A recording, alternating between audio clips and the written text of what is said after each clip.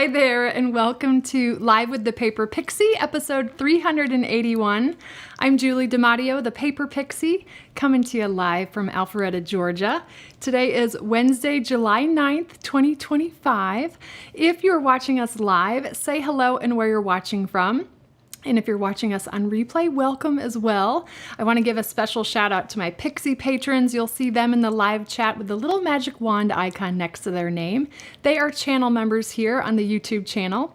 We'd love to have you join us as a channel member. It's $4.99 per month that I do a monthly members only live stream where you get card templates.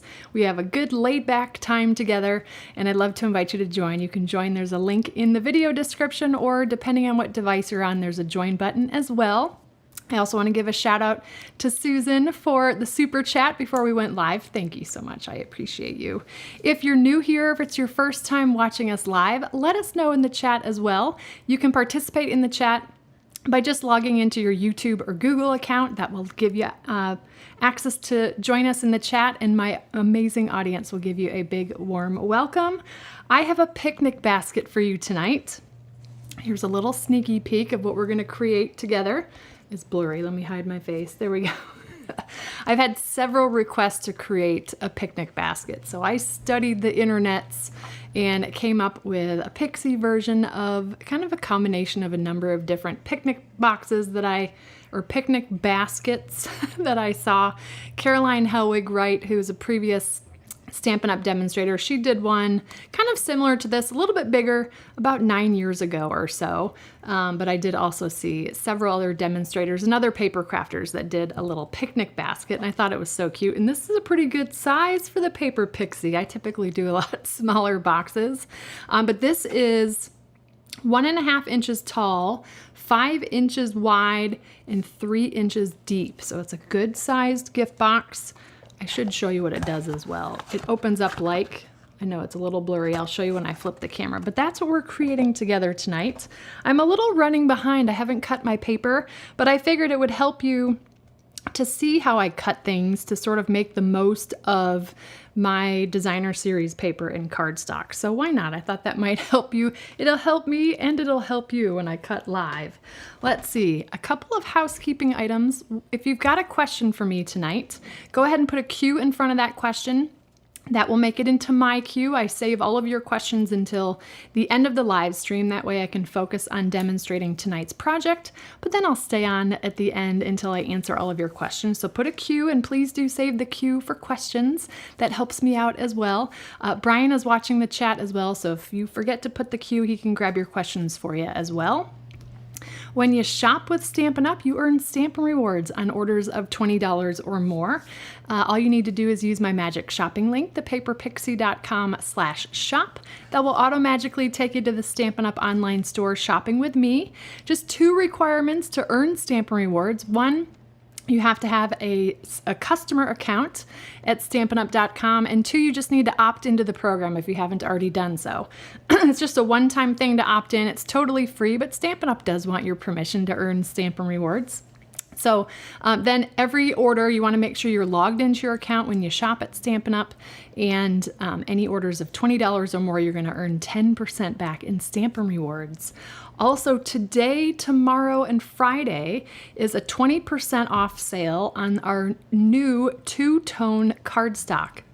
It is available in all 53 of our colors. It is kind of a great way to get 2 colors in one. What did Stampin' Up! Say? It's like 106 color variations. We offer them in single color packs, and then there are some combo color packs that coordinate with some of the designer series paper and scrapbooking suites. But go ahead and take a look at that. 20% off is a great deal. And if you're a demonstrator, don't forget that you get the 20% off of your already discounted price. So it's a little bit of double dipping for demonstrators. But take a look at the 2-tone cardstock. I have a little bit of it that I've gotten from events. I've played with it a little bit as well, so I might be adding some more of this to my stash. They are 12 by 12 pieces. They are weight-wise between designer series paper and cardstock. So it's heavier than DSP, lighter than our cardstock. It does have a white core, so you can do some cool things with tearing and sanding and embossing and sanding. Lots of really cool techniques you can do with two-tone. So take a look at that. That's available through Friday, July 11th. So today through Friday. I'm gonna flip the camera. I don't have any show and tell from Nolan and Lily today. They've been doing a lot of Roblox. We've got, let's see, this is week 7 of summer. I can't remember. No, now I'm losing count, but they go back to school on August 4th. So, all right. So here is the box that we are creating today. It is a picnic style gift box. I also was a little extra and put some designer series paper on the inside. I felt like that took it up a notch. One of the differences in mine between Caroline's is I actually added a reinforced edge. Excuse me. So all of the exposed edges here, with the exception of just right there, is folded over in a really, really nice look. So both the bottom box and the flaps on top, and the handle is nice and sturdy. It's just a really cool box. So a fun way to give a gift. It's too small for, too small for note cards and regular A2 size cards. It will fit a gift card. Again, it is 3 by 5 by 1.5. And I love the two-tone contrast with the pretty peacock and then this beautiful orange timid tiger, which is one of our new in colors. And I just love this tone of orange. I'm not typically an orange person, but the timid tiger really has my heart. So we're going to be using products from the charming, hold on, the Floral Charm Suite. You'll see that the suite right now is on back order, and that's only because right now the stamp set is currently sold out. You guys loved it so much, but Stampin' Up! Does make their own stamp sets, so I do expect it to be restocked soon. But the Floral Charm Suite, gorgeous designer series paper. It's one of my favorite things about the suite. Look at this one. Isn't that so pretty? Love it, love it. It does remind me of, now I can't remember the name of it, but those of you that have been around Stampin' Up! Or have been a customer of Stampin' Up! For a while, we had a winter frost or something like that. And that's what this reminds me of with that Blackberry Bliss. Gorgeous, gorgeous. Let's see. We are going to be using a couple of the dies. So here's the rest of the dies, and then we're going to be using these leaves, and then there's some cardstock left behind, but that little rose, we're going to use that today. And then we're using the Spotlight on Nature dies. These awesome circles, and we're going to be using this one as well. I'll give you details about the size on that when we create it. All right. Oh, and then one more thing is the Shimmer Gems. I forget what they're called, but it's part of the suite. All of the products I'm using today are linked in the video description, as well as just before I went live, which was part of why I was a little bit late, I finished the project sheet. And you'll see that I printed mine in black and white, which you got pictures of the project, all the measurements, and I will double check these as well. I was in a hurry. Templates for reference, and then the Stampin' Up! Supplies as well. So that free download is available in the description. And if you're on my email list, you'll get that emailed out to you tomorrow as well. Easy peasy. There's also a link in the description to join my email list if you'd like to be the first to get the project sheets. Okay, we're gonna jump into cutting our paper first. Let me double check my measurements here. Let's move this guy out of the way. All right, we're gonna start with the pretty peacock. I almost said pecan pie. It's the alliteration that always throws me off sometimes. All right, so the pretty peacock, this is for the base. We're gonna cut it to 6 15/16 by 8 15/16. That's pretty much 7 by 9, but we're going just a 1/16 of an inch smaller. That will ensure that the base fits inside of the lid. So we need to take away about a 1/16 of an inch. So for example, on the 8 15/16, just go to 9, but then bring it back a notch. That's the 1/16. These tick marks on the imperial measurements are 1/16 of an inch. So if I go to 9, I'm gonna come back 1 little tick mark there.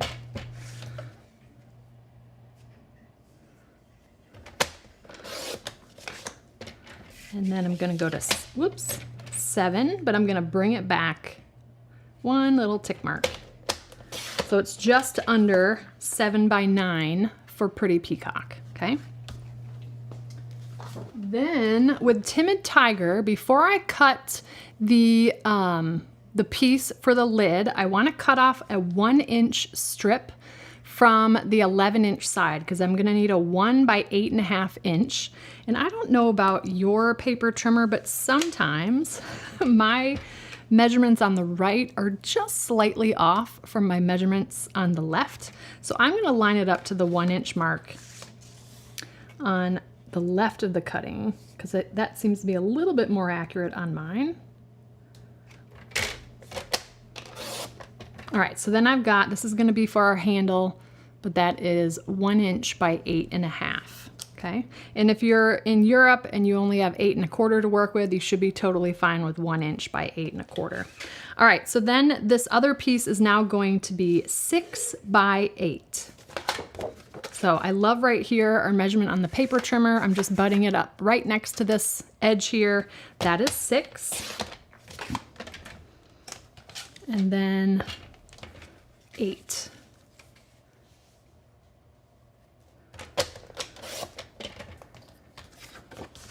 Okay, so we've got 3 pieces of cardstock. I'm gonna leave my paper trimmer out. I'm gonna bring in a full sheet of the Designer Series paper. I thought about doing a different pattern in different colorways, but I decided I love this combo of Timid Tiger and Pretty Peacock with this pattern specifically. So I'm gonna go ahead and cut a piece to, let's see, we're gonna do 2 7/8, so a strip of 2 7/8. Now this is pretty much a non-directional pattern of paper, so I'm gonna kind of cut these. It doesn't really matter which way. On the project sheet, if you've got a directional pattern, I've told you which direction you want your pattern to go for each of these pieces, okay? But for purposes of this Designer Series paper, it doesn't matter. So I'm gonna cut a strip to 2 7/8.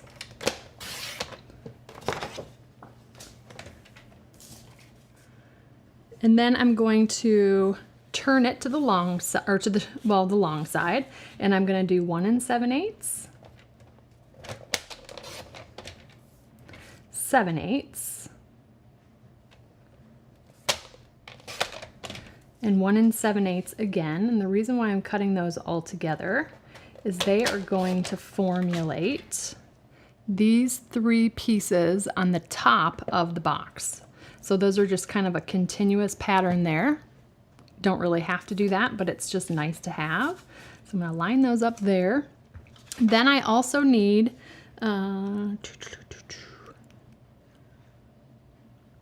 7/8. All right, so then I'm gonna cut 7/8, 2 of those, right? Yep, 2 more of those. So 2 more 7/8 of an inch pieces. So you're gonna actually end up with 3 pieces that are 2 7/8 by 7/8. 2 of them are gonna end up being landscape if you've got directional, and 1 is gonna be portrait. Again, it doesn't matter with my paper. And then I'm gonna cut a strip to 1 7/8. I'm just basically taking this piece again and trimming it down. And then I'm gonna cut 4 pieces to 7/8. So you're gonna end up with 4 pieces that are 7/8 by 1 7/8.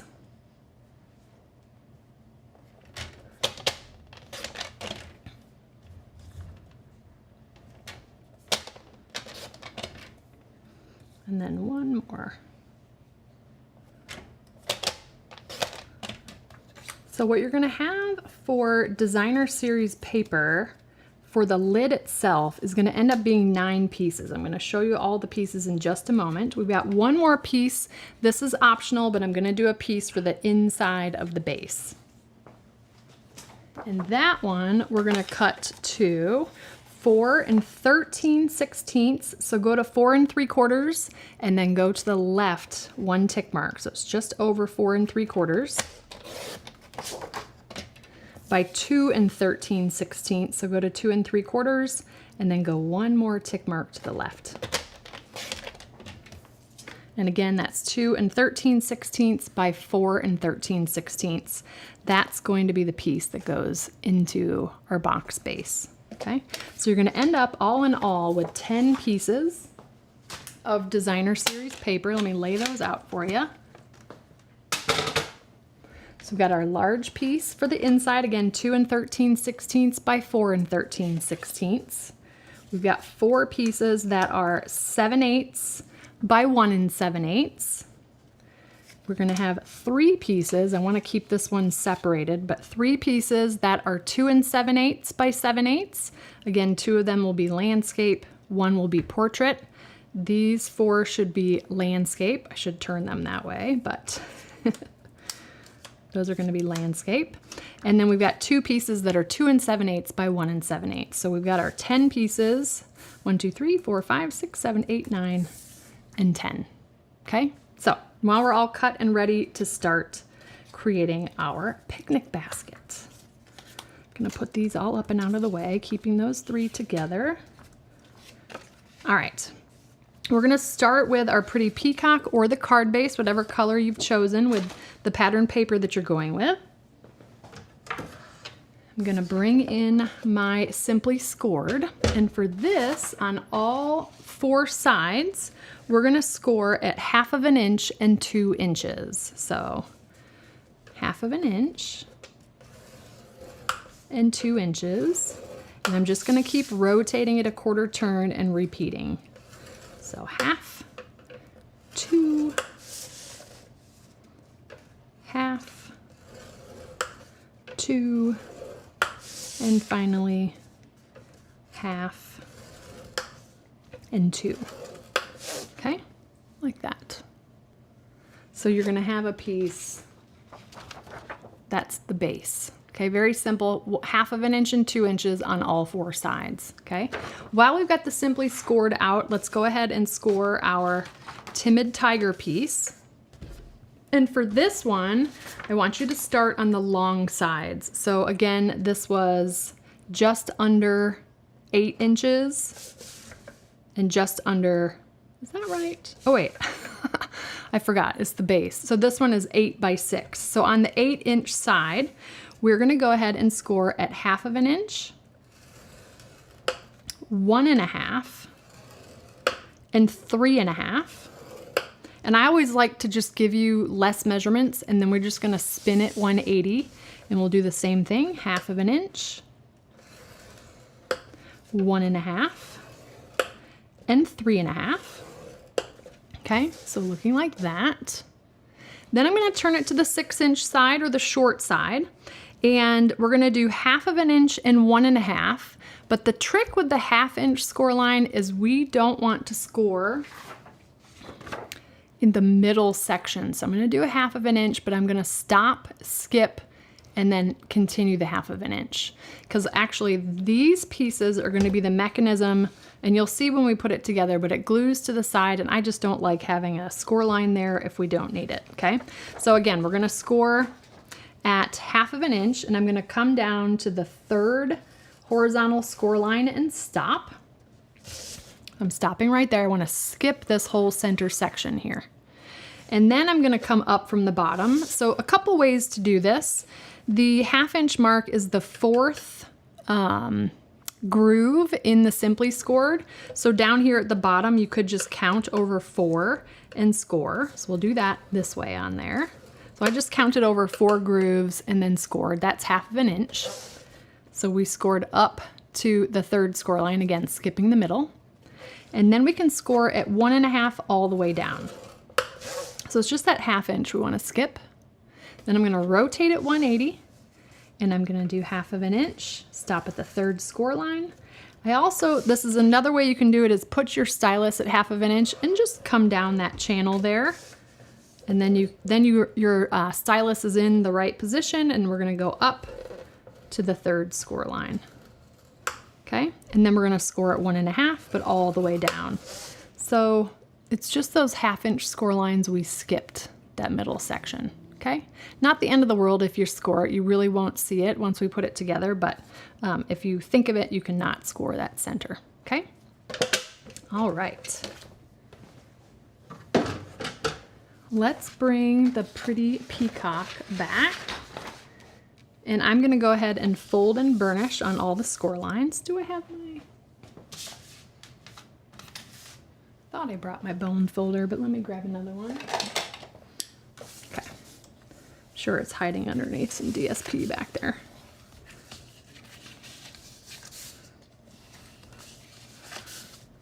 I absolutely love this color too. One of my favorites.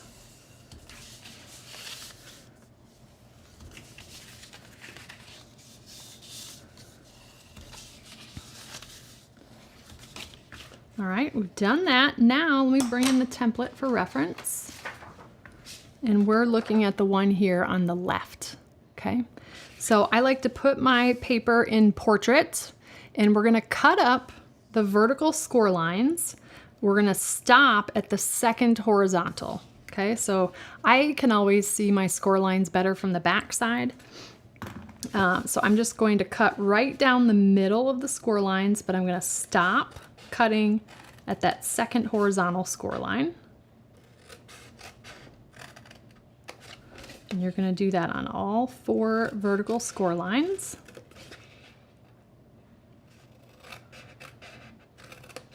And then we want to remove these 2 sections in the corner. And as I do that, it's these sections, I'm going to come in and miter cut. So just a little bit of an angle cut there. I'm going to do that on both sides. And then I want to remove this little 1/2 inch section from these 2 pieces. And for this, I actually like to cut away the score line. And the reason for that is, I'll show you once I trim these. I don't want any, well, remember we started with a 15/16 increment. These 2 pieces, they're gonna be the tabs, but when they fold in, I wanna make sure that they're not overlapping. And so by just cutting away the score line, that gives it enough of a haircut that they won't overlap, okay? So just to show you, you can see here, I just completely removed the score line on those, okay? All right, so I'm gonna fold this big section out of the way. Let's go ahead and miter cut these 2 tabs.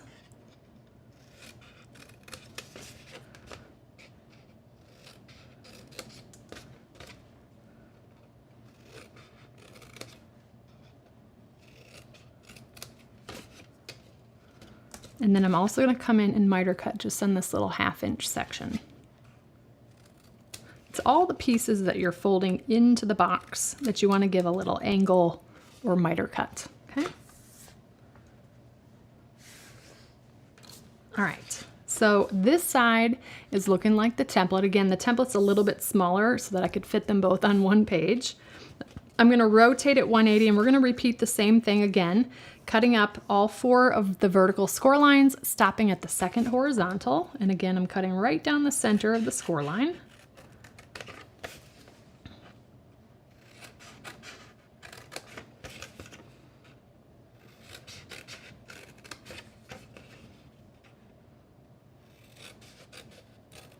Then we're going to remove the 2 sections on the corners.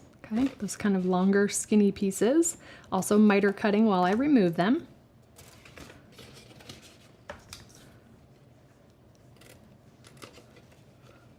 And I'm going to fold the big section out of the way. We're going to remove, again, I'm cutting away the score line there. We're removing that little 1/2 inch section from these tabs and removing the score line. So again, just to show you the score line still on the piece. Then miter cut the tabs.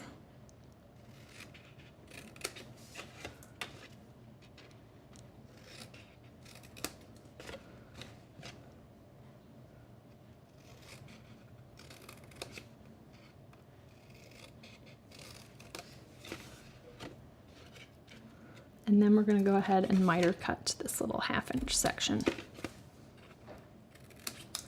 Here we go.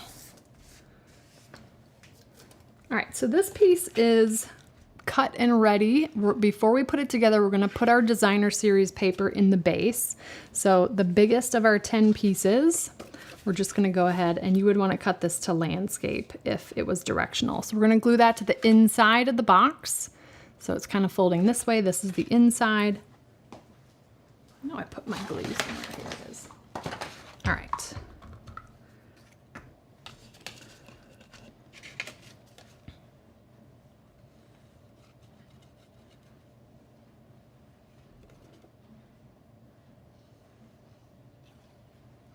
I love using liquid glue. And then that's just going to fit right inside that biggest section in the base. There we go.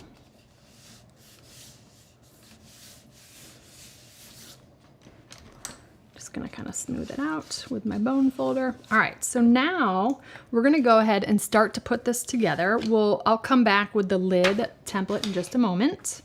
So we're going to put adhesive on each of the 4 tabs. I'm going to do one at a time, but liquid glue, and then I'm going to line up this score line right here with this cut edge, and that's going to form our first box corner.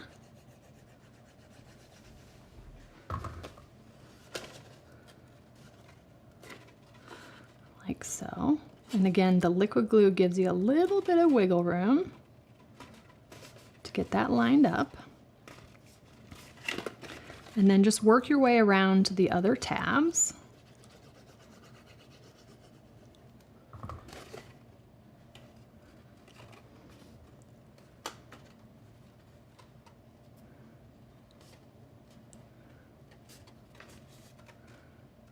Like so. And you'll see that those just meet in the center there because we cut away that score line so they're not overlapping. And then the next tab.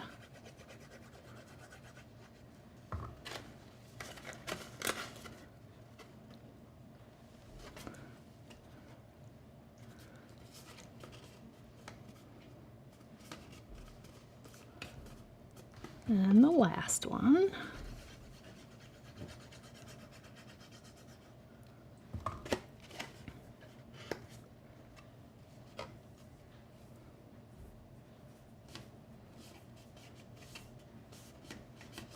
All right, so we've got all of those in. I like to then just gently kind of fold these little 1/2-inch tabs back.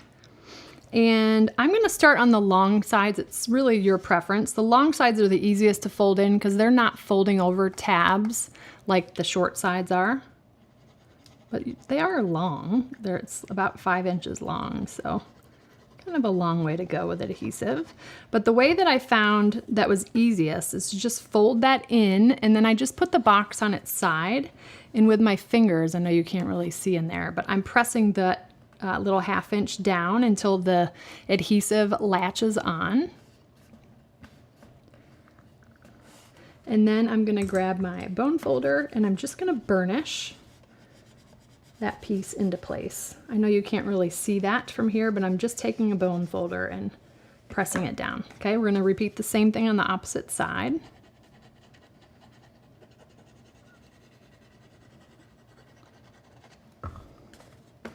Again, just fold that piece in. I love using the desktop as leverage for this. And then burnish.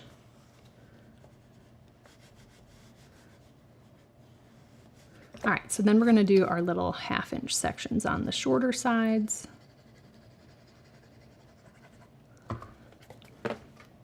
Fold this in. Now remember, it is folding over those tabs, but you should have no problem doing it. Just kind of hold it for a couple of seconds to tack it into place, and then I'll come in and burnish.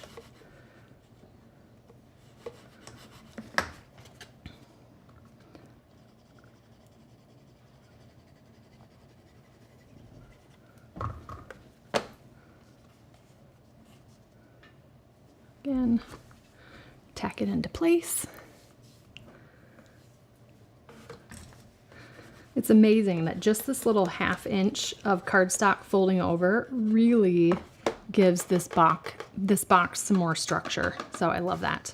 It just goes to show that you don't need a ton of, now I've done tons of different boxes over the years where I've had the whole side fold in. That absolutely works as well. And it does give you a little bit more structure, but I thought we'd use a little less cardstock because we're doing a bigger box. But it just gives that really nice folded over finish. So our base is done. I'm going to put that off to the side and then bring in our Timid Tiger piece. And we're going to fold and burnish, but just be careful. We're not going to burnish on these pieces that skip the center section. I did that by accident when I was working on samples. So fold all the other pieces all the other score lines that go all the way across. Just don't do these little 1/2 inch ones that are along the short side, okay?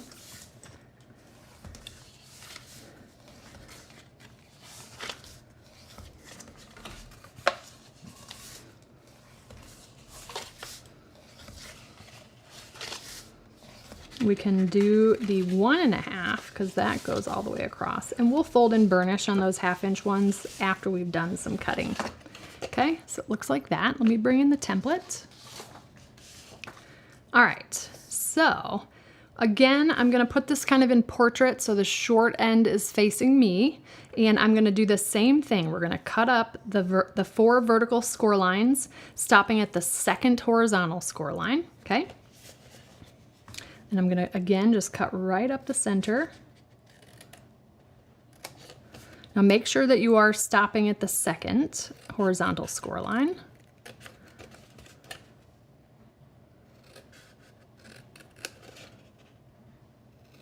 When I was doing the samples, I had a tendency to want to go past it. But we only want to go to the 2nd. And same thing, we're going to remove this little rectangular sliver on the side and miter cut it away.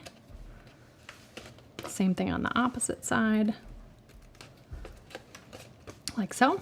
And then I'm going to fold this out of the way. We're going to remove the little 1/2 inch section. You can just cut right down the score line for these. We don't have any issues with them overlapping because they're smaller. And again, I've got this folded out of the way. We're going to miter cut on these tabs.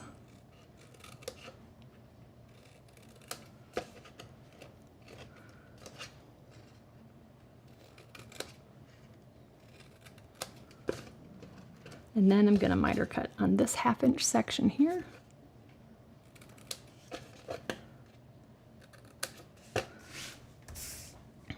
So we've done basically cut away those 3 sections in the corner, and then we left behind tabs. Okay, so I'm going to turn it 180. We're going to repeat the same thing, cut up the 4 vertical score lines, but stop at the 2nd horizontal score line.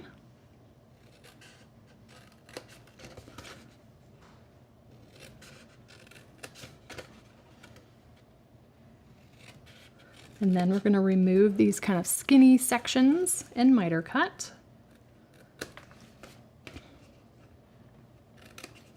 And then I just like to get the big piece out of the way. We're going to remove this little 1/2 inch section from both tabs. And then we're going to miter cut the tabs.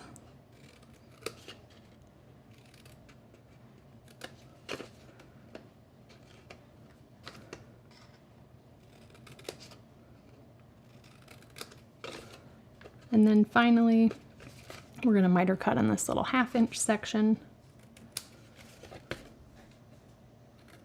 Like so. Clean up my mess a little bit. Oh, the trash can's backwards. And then on the sides, so the long sides, I'm going to turn it this way. We are going to cut up the vertical score lines now in the center and stop at the 2nd horizontal score line. And I'm cutting right down the middle, trying to be as straight as I can. Okay, and then right here on this 1/2 inch section, we're going to miter cut the other corner. We already did that one when we removed the skinnier section from the corner. If you need to fold that out of the way, I'm going to do that on both sides. So there and there. Okay, so it's looking like that. Nothing you need to do to this piece. Okay, so I'm going to rotate it 180 and repeat the same thing. Just cut straight up the score line.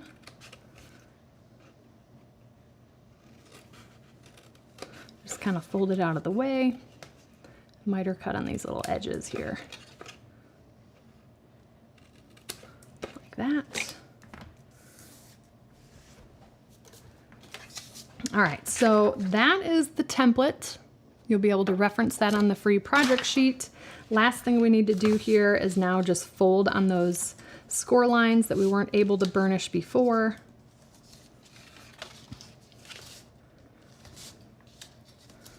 And the last thing I'm gonna do is these two score lines in the center, they need to be folded backwards. Because those are gonna end up being the lids that lift up on our picnic basket, okay? All right, so now is the point that we're gonna actually adhere some designer series paper, okay? So if you remember those 3 pieces that we cut that were all in portrait, kind of in a row with the pattern, those 3 are gonna glue to the top of the box. So I'm gonna do that one by one here.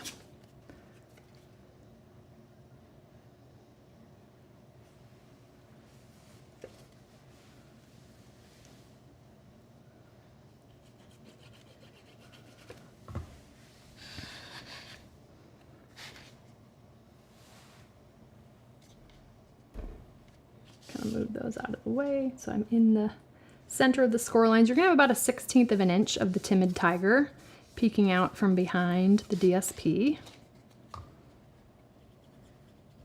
And if you're new here, whenever I say DSP, I mean Designer Series Paper, which is our beautiful patterned paper. Sometimes it's just easier to use acronyms.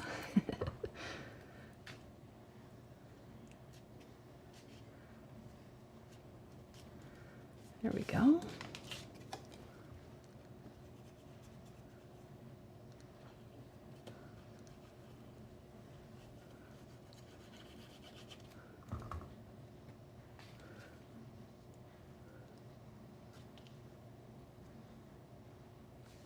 I think I forgot one piece of Designer Series paper.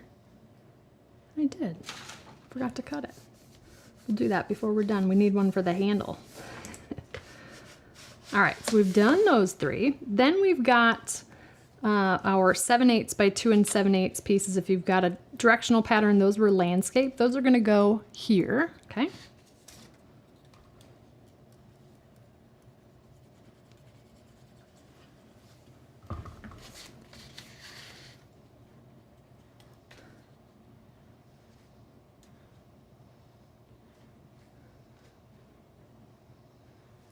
There we go.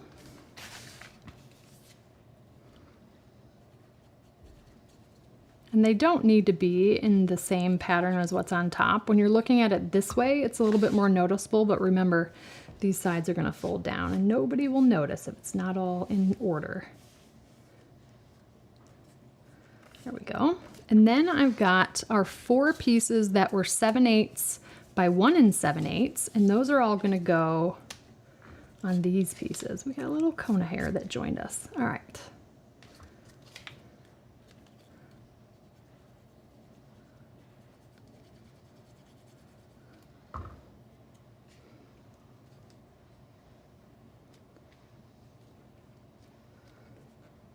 There we go.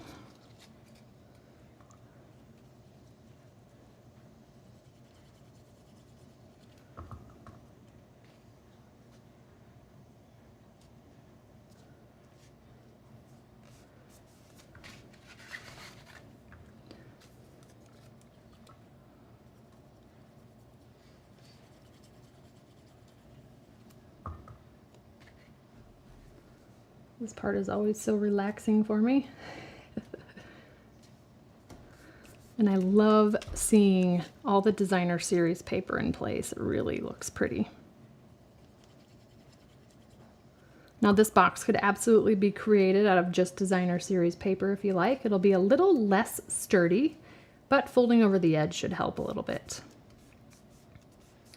All right, so we've done all of that. I'm gonna do one more thing before we start to glue this together. We can actually glue these sides down that are, if I've got this in landscape, these 2 1/2-inch sections and these 2, it's just easier to do it now than to do it after we put it together. So I'm just gonna do kind of one at a time.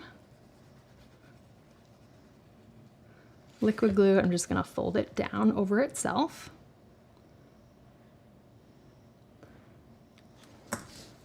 And burnish.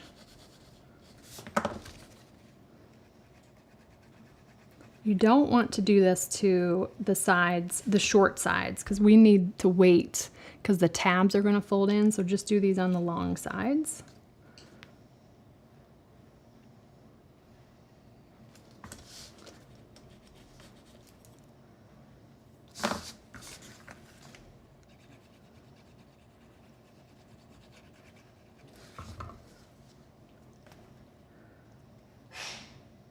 Bless you.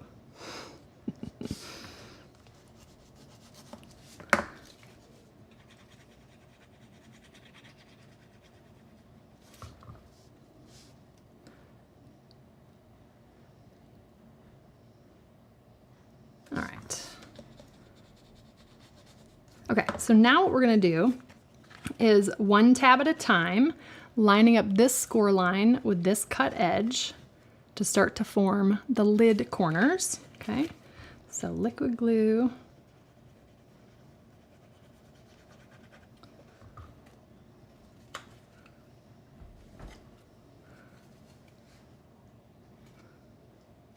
There we go, get that lined up nicely.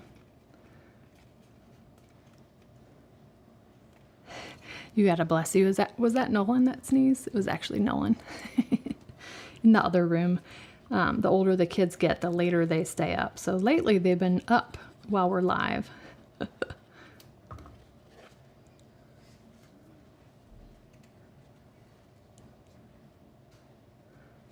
we go.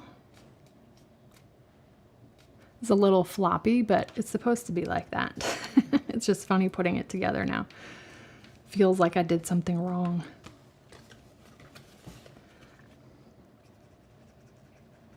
And folding those middle score lines in both directions gives it a little bit more pliability, which is what you want. Again, depending on the cardstock color, some are stiffer than others. I find that Timid Tiger is a little bit more, not flimsy, but its fibers break down a little bit easier than something like a Blackberry Bliss, or what was the one I used last week? Old Olive.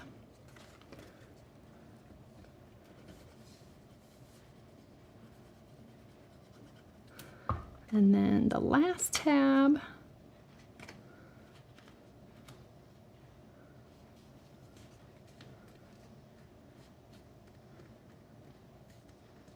All right, so then the last thing we have to do then is to fold these little 1/2 inch sections in, and remember those are going to be going over the tabs that folded in.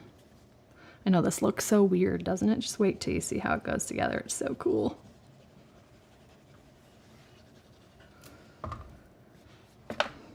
All right, so I'm going to fold that in and then use my desktop as leverage. And burnish. Okay, and then the opposite side. A bit of a glue booger there.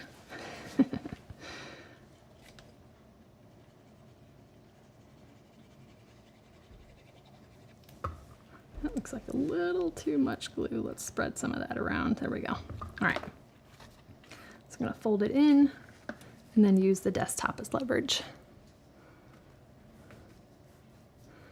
Oh, bummer. The Cubs are losing, Debbie. Boo.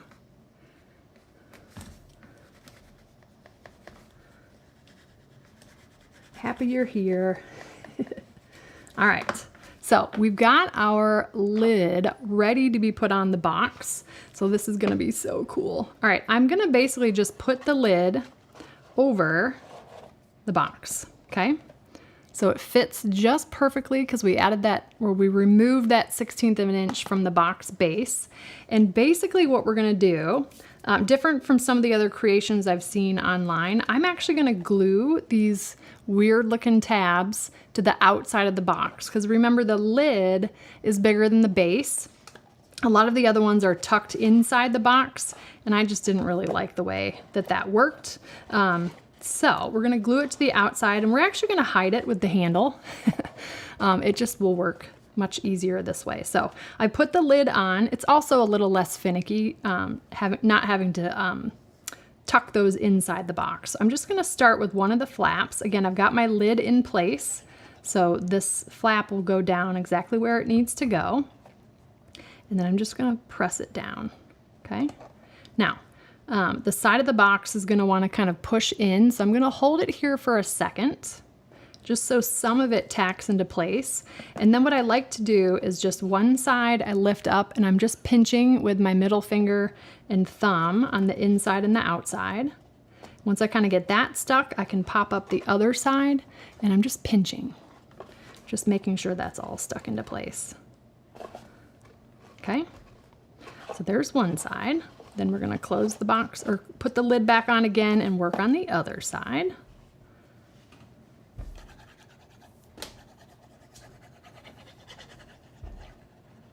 There we go. And then same thing, just kind of press that into place. Goes right between those two lids. Again, just tacking it a little bit, and same thing, I'm gonna lift up one side and just pinch it into place. And then lift up the other side and pinch. I'm just pinching from the inside and the outside. All right. It's even cute just the way it is, but we're gonna do the handle. Now I did forget to cut one piece of designer series paper. So let me bring this back and make sure this is long enough. We need a piece that is 7/8 by 8.5. Oh yeah, perfect. Okay, so I'm gonna cut this to 8.5. Oh, let's just do 7/8 first. Then I'll have less of a scrap left behind. So 7/8 and then 8.5. There we go. Now, again, if your pattern was directional, I actually would suggest that you cut this to portrait because of the way that the handle goes this way, okay? Whichever direction is pleasing to your eye with the pattern, if you've got a directional pattern. All right, now let me find my 1 inch by 8.5. This piece is going to adhere to the top and have about a 1/16 of an inch of Timid Tiger peeking out from behind it. So I'm just gonna take liquid glue and just do the long pass here, but it's worth it. I love liquid glue for this, especially because we're gonna curve the handle slightly. Liquid glue really makes sure that this sticks into the fibers of the cardstock. There we go. All right, so just take your time. The short edges are gonna line up right at the bottom of the Timid Tiger edge. So you only have the 1/16 of an inch on the sides. And liquid glue allows you to get that right into place. Just making sure it's even all the way down. I'm gonna smooth out with my bone folder. Now you'll see as I do that, it's starting to curve up. I'm gonna do it the other way and it will start to curve down. Okay, and if you happen to have any excess, I have like the tiniest little sliver here. Just gonna tidy that up a little bit. There we go. So while the glue is still kind of wet, I'm just bending slightly on the handle. You can use your bone folder as well, but you really don't need it to curve all that much. I find it's easier to do it kind of with the warmth of my hands. I only really need it enough so that when I go like this, kind of in that inchworm position, it's not fighting me too much. So that feels pretty good. But because we use the liquid glue, that designer series paper should fold with, without any buckling. Okay, so now what we're gonna do, we're gonna cover up now the side that we glued to the side of the box. This is just gonna lay right over the top, okay?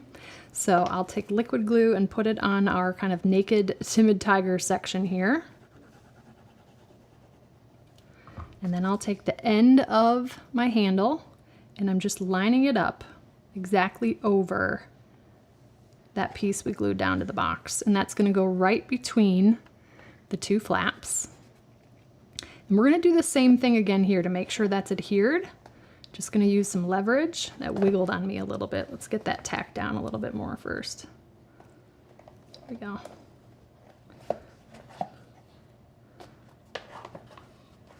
Again, just pinching.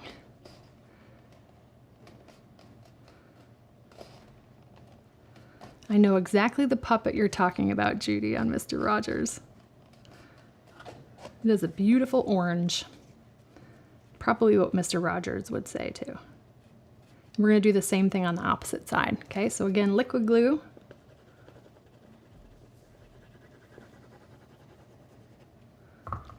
And line that up.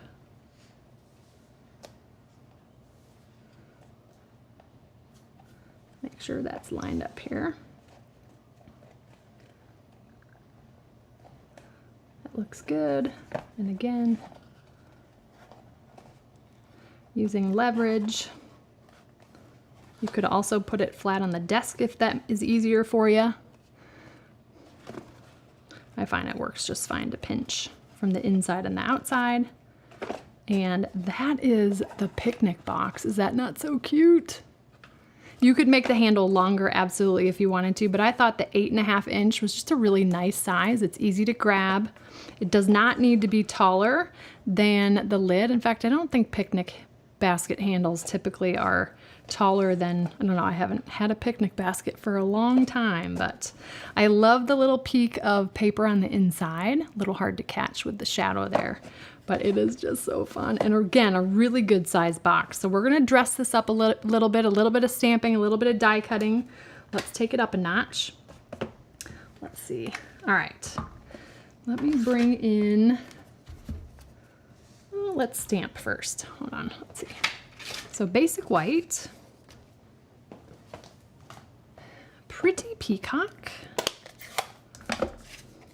and the sentiment, thanks for being you. I always try to read it upside down, but thanks for being you. Okay, there's that.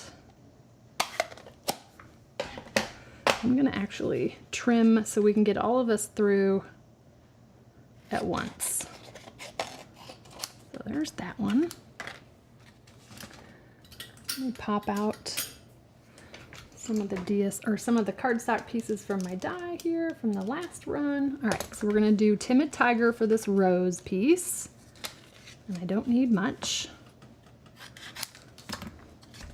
And then Mossy Meadow for the leaf piece.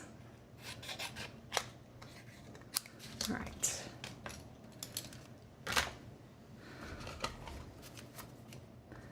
Let's get everything lined up here.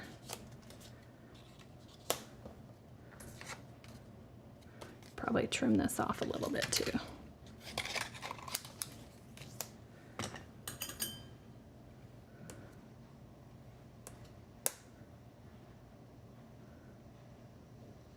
That looks pretty good. Let me bring in my die cutting machine.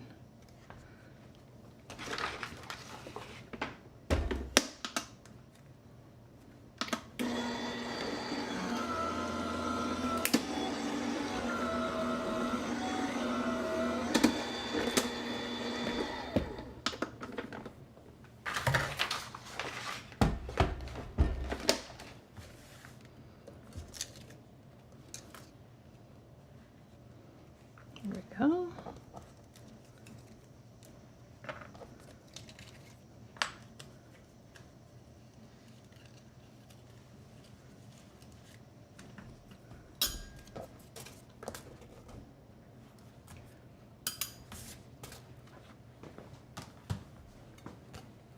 All right, this guy needs a little help coming out. Just going to use the little ejection holes.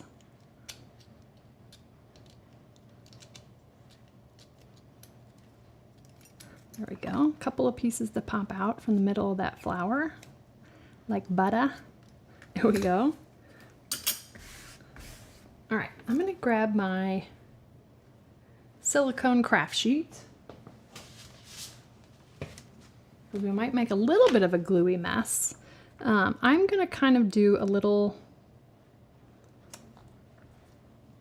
I'm going to actually put the leaf. All right, I think that looks good. So we're gonna start with the leaf first, whatever looks good to your eye, but I'm gonna put some liquid glue on some of those leaves and the stem, like that. And I'm gonna pop the circle over top there. I'm using the silicone craft mat just so that if I have a gluey mess, it's just so easy to clean up. And then I think we'll do that, just popping out a little bit. I just want a little bit to peek out. Love these dies. And let's do like that. Looks good to me. A little bit of timid tiger there. Okay, so there's that. And I'm gonna punch a little hole in the top here.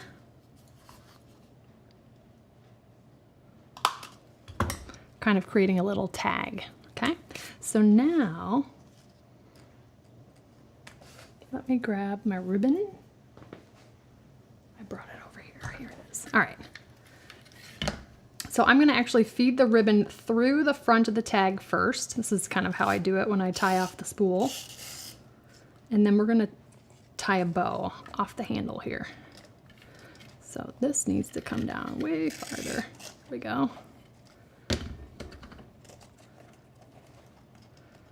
And I'm gonna need my reverse tweezers.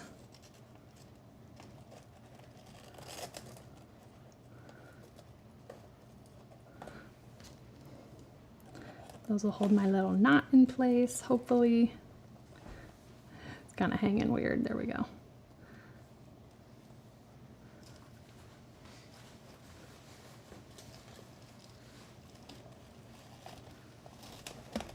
There we go. The tweezers naturally remove themselves. Their job was done. All right, I'm just gonna kind of zhuzh, tighten and zhuzh till I get my bow where I want it. Using my fingers in the loops gives me a little bit more control.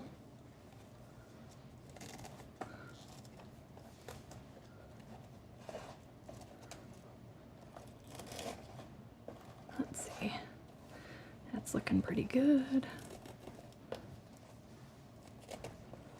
All right, are the loops the same? I think this needs to come out a little more.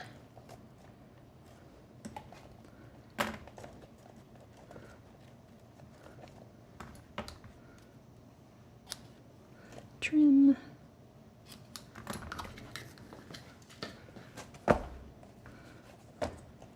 Kind of twist and zhuzh a little bit. Sometimes this ribbon has a little bit of a mind of its own. That looks pretty good there. And then I'm just gonna kind of slide it so that knot is in the center. And then I'm just gonna add a little bit of bling. Grabbing one of the perfect, wait, which one is that? That is the petal pink. Told you the alliteration today between petal pink and pretty peacock. We're just gonna pop that down here on the bottom for a little bit of bling. And our little picnic basket is done. Let me tidy up a little bit.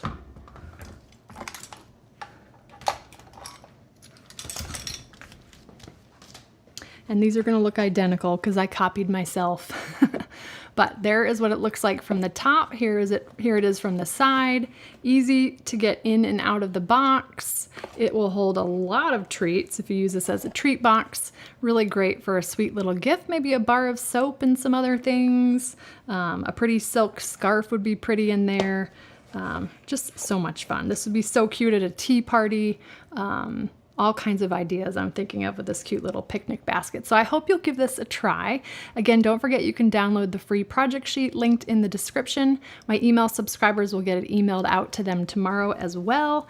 And if you do make this box, I would love to see it. You can email me at support@thepaperpixie.com. You can share it on social media and tag me in it. I love seeing what you create. I show up every week so that you guys can make beautiful creations from my tutorials. So it always warms my heart and puts a smile on my face when I see what you guys make. I love to see it. So, all right, we're gonna jump into tonight's Q&A.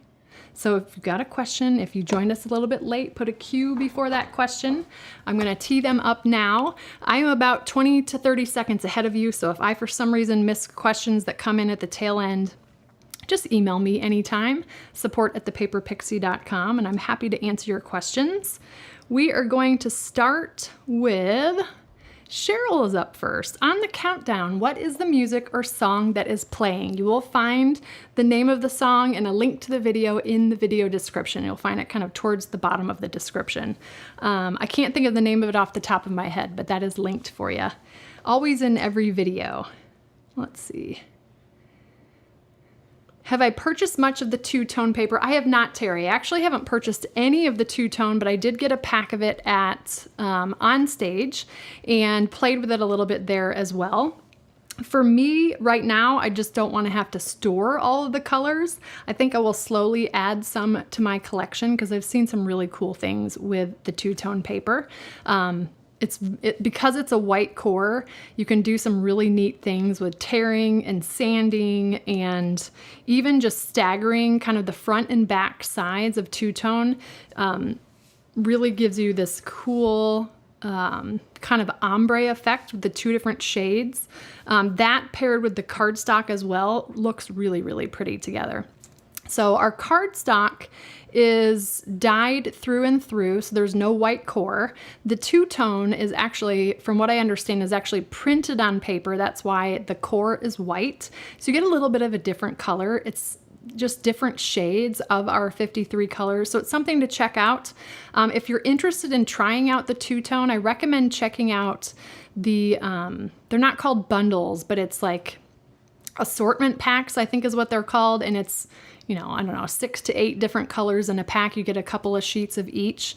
The regular two-tone comes in 12 sheet packs. I think it's 12 for $10 retail, but it's $8 during the sale and you get 12 sheets. But you get I think you get 2 sheets of each in the combo pack. So that's one way to try the two-tone, is to get kind of a combo pack. Maybe pick a combo pack for a designer series paper that you love, and then you'll have lots of coordination going on there. So they don't have a combo neutral two-tone. They don't actually have the two-tone in color family assortments. They've been doing it in designer series paper coordinating color assortments. I think there is one that's a more masculine. Again, it's not totally neutral colors, but I want to say it has greens and blacks and oranges. But take a look at the online store, the two-tone cardstock. Some of it I think is in the catalog, but most of it is online exclusives. I do not do a 12 Days of Christmas, Mary. I'll keep it in mind, but I typically am designing projects the week that I present them. It's kind of how my creative mind works.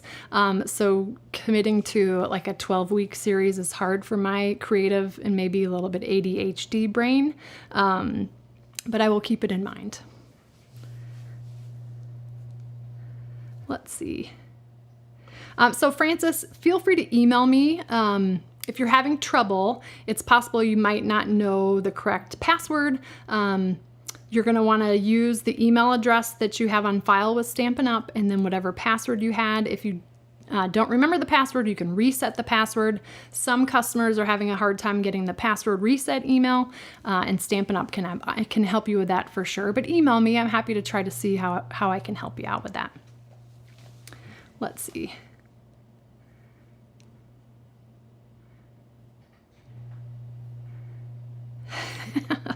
Not really a question, but thank you, Lynn. I was excited when this box came together. Let's see. The little holder for my glue bottle, I just got that. You're gonna laugh. It is actually a baby cup. It's silicone. The brand is Moonkie, Moonkie, and I love the fact that it has like, so I'm trying to cover my face, little glitter on the bottom, but it's like a little silicone, it's for babies, but it reminds me of a shot glass, and it has some weight to it, I think intended so that babies wouldn't knock down their cup of water.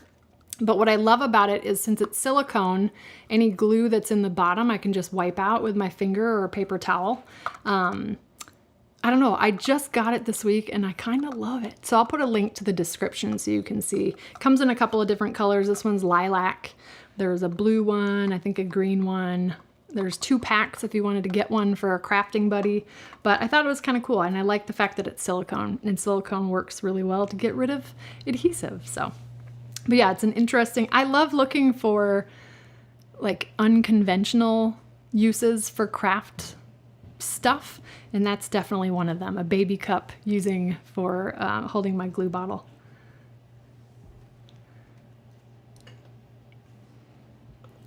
Let's see. I do not speak German, Max Capricorn. I took 1 year of German, so I know enough.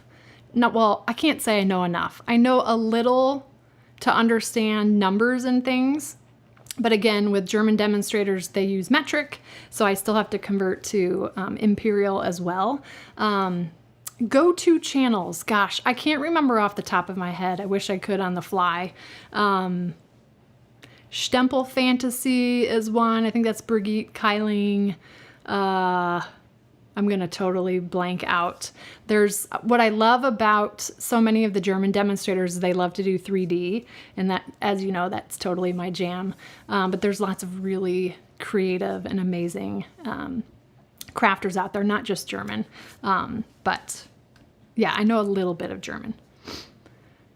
So the die cutting machine is not Stampin' Up. It's the Anna Griffin Empress Mini. I typically use electric machines because I cut so much and just trying to save my shoulders with all the die cutting that I do. So yeah, it's not a Stampin' Up die cutting machine. Oh, I forgot to tell you the size of the circle die. Thank you, Bobby. It measures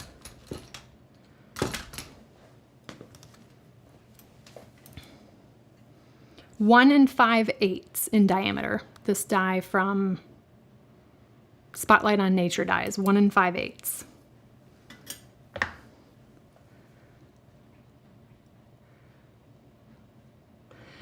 Is there a reason why you start your bow with the strand that hangs down? I always start with the one on top. Does it make the bow sit better?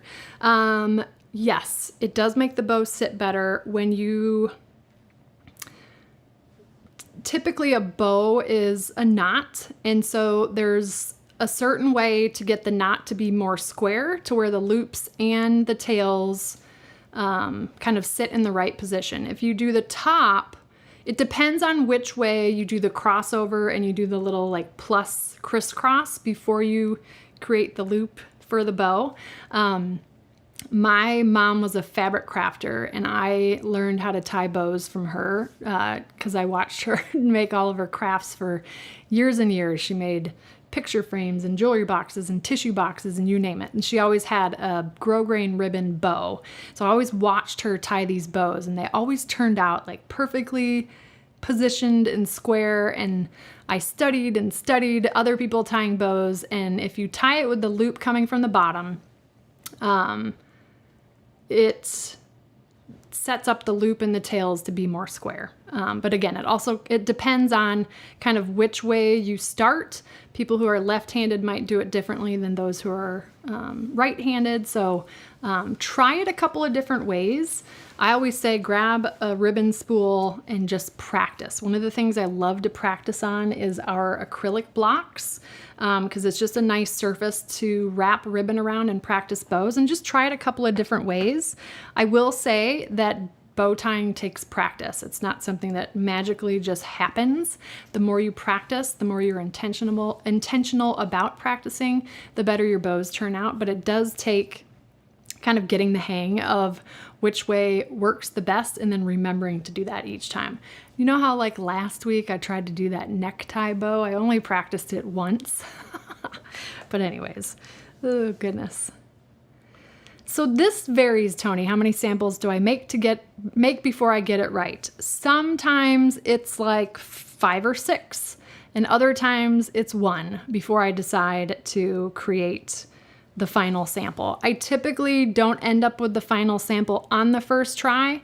I tend to design the box first, and I'll just I kind of look at my cardstock and I grab one of the colors that it looks like I have the most of, and that's kind of what I play with.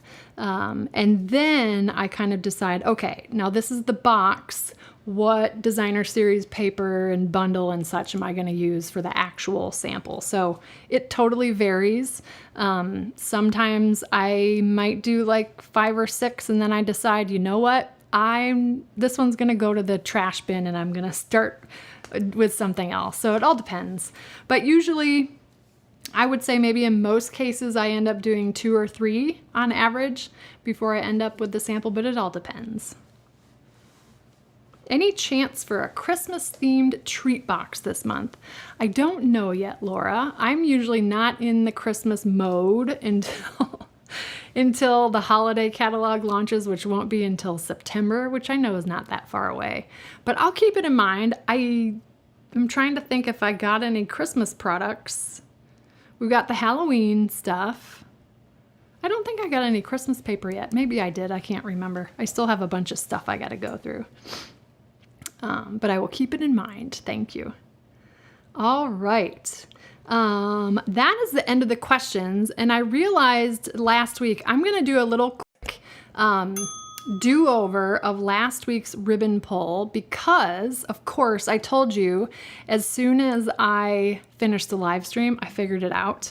So it was like a modified necktie. That's why I was running into trouble. So I'm just going to do a quick tutorial again for those of you that want to see how I did the ribbon pull, and then we'll wrap it up for tonight. So let me go ahead. I'm going to switch to this screen, so hang tight. If you saw last week's project, this was my sample that I created live, and this was the little ribbon pull here. So I'm actually going to go ahead and pull this one off. I'm going to be extra here, and we're going to do it from scratch, and hopefully what I show you will work. Oh, I'm just going to cut it off. Being too fussy here. All right, let me get ribbon and see if I can. I'm going to look at my other sample and just make sure I get this right. But I know some of you really wanted to know how I did it because you loved the way that it looked. And I love kind of a different look with ribbon pulls. All right, so we're going to go just like we were doing a necktie. I've got my little tail here on the left. I'm pulling over the right, and I'm going to wrap it around just like we did before, but I'm kind of pulling this part up a little bit, okay? And then when I come back, I'm sticking to my glue dot. When I come back, the difference is I'm not going all the way through. I'm coming back to the top. I'm going through this back one, not the front one. Okay, so I'm going to do that one more time. Let me zoom in a little bit for you. All right. So I've got my tail end is on the left. I'm going to wrap it around the right one. Around again.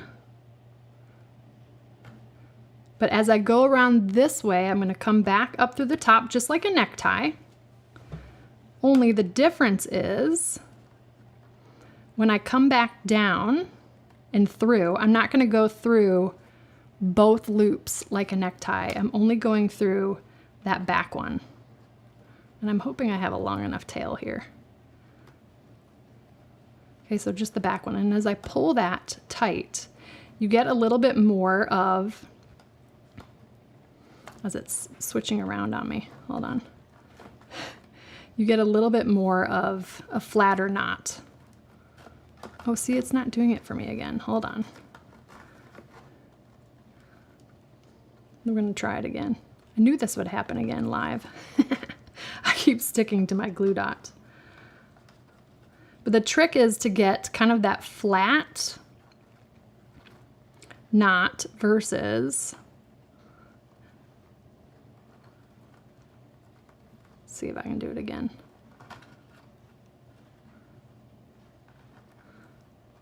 Yeah, it keeps twisting on me. That's funny.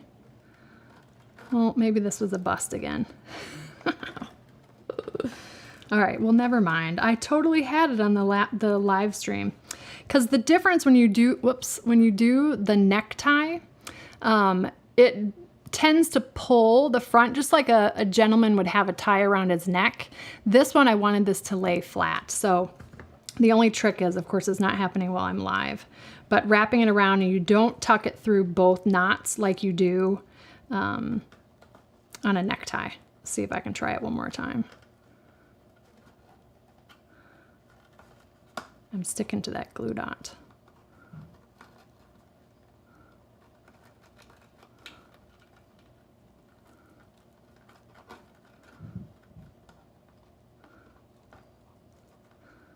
There we go. So it's just like a little bit of a, like so, okay? So a flat knot there. All right, so that's the scoop. Just wanted to throw that in. I told a couple of my customers this week that I would try to show it live. I almost forgot, but I remembered. All right, so let me come back to this thing here. Here we go. Thank you again for joining me tonight. If you enjoyed tonight's project, learned a tip or trick or two, please be sure to give us a thumbs up here on YouTube. You'll find the thumbs up just below the video.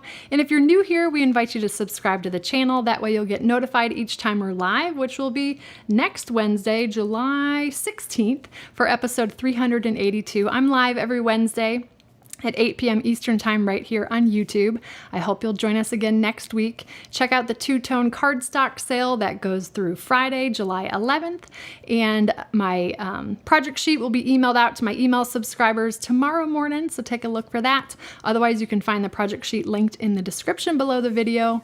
I hope you have a wonderful and blessed week. Don't forget, all you need are stamps, ink, and a little paper pixie. And here's a special shout out to my Pixie patrons. Thanks again for joining me. We'll see you next time. Take good care. Bye.